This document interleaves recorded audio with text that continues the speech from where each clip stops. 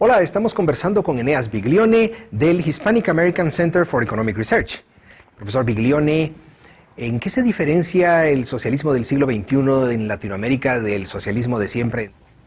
Realmente, bueno, es una especie de reedición, ¿no? De fondo es el mismo socialismo de siempre, pero con algunas cuestiones creativas, ¿no? Como por ejemplo un mayor uso de la tecnología, una mayor dependencia de las encuestas de opinión pública y una red de trabajo vinculada tanto con narcotráfico como con grupos terroristas, ¿no?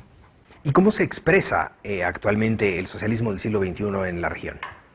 En primer lugar, es una agenda que tiene como origen un poco el modelo cubano, ¿no? Es como que Fidel Castro ha inspirado a Hugo Chávez a entender que lo primero que debe hacer una persona para controlar o para obtener la suma del poder público en un país es destruir la separación de poderes.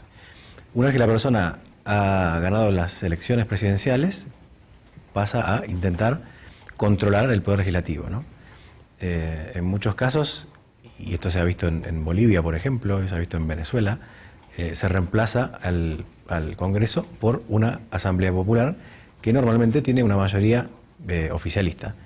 Y luego lo único que queda es controlar la Corte Suprema, para que descanse en una sola persona la suma del poder público, ¿no? La Corte Suprema lo que buscan es ver qué número de jueces o de miembros de la Corte Suprema necesitan para obtener impunidad a la hora de ser demandados por corrupción o distintos escándalos que vayan surgiendo. Ahora, esto a nivel de los organismos del Estado, pero ¿cómo se expresa en la sociedad civil, por ejemplo? Normalmente el caudillo o populista, como se le dice muchas veces, se maneja utilizando los llamados grupos sociales, ¿no? Que muchas veces representan a grupos indígenas o a veces representan a sindicatos o grupos de trabajadores, ¿no? Que lo que hacen es crear focos de tensión o manifestaciones, por ejemplo, frente al Congreso, exigiendo que se pase tal o cual ley que le convenga al gobierno, de manera que la gente lo interprete como que es el mismo pueblo quien demanda el específico tratamiento de esta ley supuesta, ¿no? Con lo cual muchas veces se juega con lo que es una combinación de propaganda política y dinero utilizado para que estos grupos sociales se manifiesten en favor de leyes que el gobierno necesita que se pasen.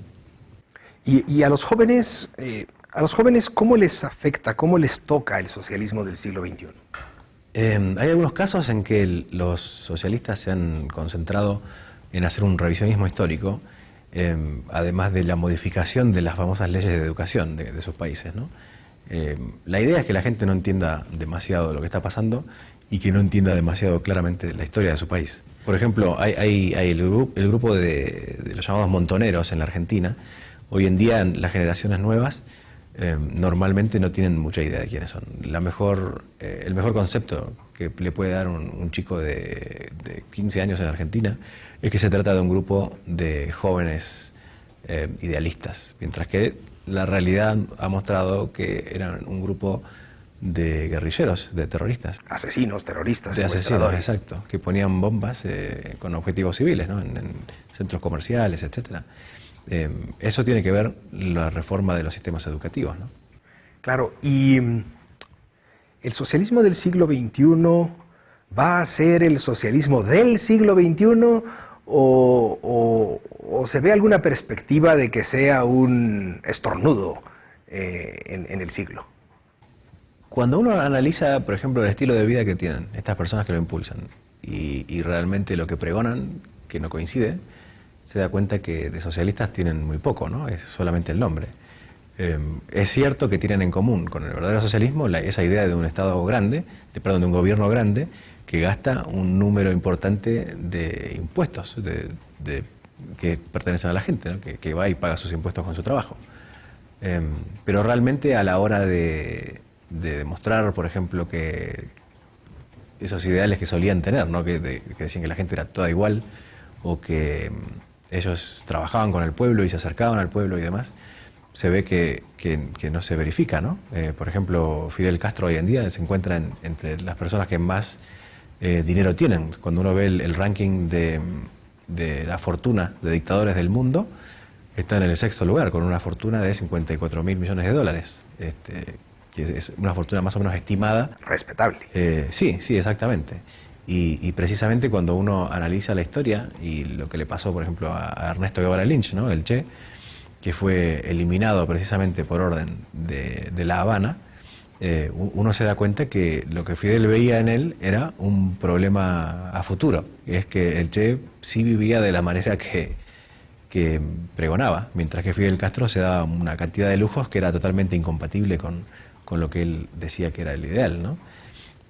Eso lo vieron como una potencial competencia y lo mandaron a eliminar. Está claro que no estoy reivindicando la figura de Guevara, ¿no? Porque lamentablemente... Claro, eso pasa mucho, ¿no? Se le idealiza y... Exacto, lamentablemente era un asesino totalmente intolerante que no tenía ninguna duda a la hora de matar gente que no pensaba lo mismo que él, ¿no? Por algo se lo conocía como el carnicero de Sierra Maestra también, ¿no? Y entonces podríamos pensar que el socialismo del siglo XXI es más finito que el socialismo del siglo XX, porque el socialismo del siglo XX abarcó el siglo XX. Sí, exacto, sí, sí. Tiene muchos toques de hipocresía, ¿no? O de contradicciones enormes, ¿no? Por ejemplo, tradicionalmente el socialista era una persona que no tenía celular o que decía que no necesitaba internet para sobrevivir en este mundo. Y hoy en día, cuando uno analiza el uso exhaustivo de la tecnología, por ejemplo, televisión satelital o el uso de la generación 2.0 de páginas web, ¿no? Cuando uno ve en Facebook, en Hi5, en distintas páginas de networking, la presencia enorme que tienen grupos como, por ejemplo, las Madres de Plaza de Mayo de Argentina, o las administraciones de Rafael Correa de Ecuador, o la administración de Daniel Ortega en Nicaragua, y uno ve cómo se utiliza cada vez más eso, tratando de mostrar una propaganda oficial, ¿no? Es realmente interesante. Es decir, bueno, pasaron de despreciar la tecnología como producto del capitalismo y hoy en día usan mucho más todos estos avances tecnológicos que los mismos creyentes en el capitalismo, ¿no? Claro. Y es como los que reniegan del petróleo pero tienen un vehículo, ¿no? Sí, sí. Y bueno, y se ve hoy en día en Bolivia como los principales líderes de los grupos sociales sí, pregonan que hay que ser humildes y que hay que vivir de una manera tranquila, y son muchas veces gente que pertenece a estos grupos, que andan vestidos con sus trajes tradicionales, quizás sin zapatos, quizás sin ropa interior, pero van manejando un Hummer, ¿no? Por sus vínculos con el narcotráfico. Pues muchas gracias, profesor Biglione, por compartir con nosotros estas ideas. Y a ustedes Muchas también, gracias. muchas gracias por acompañarnos.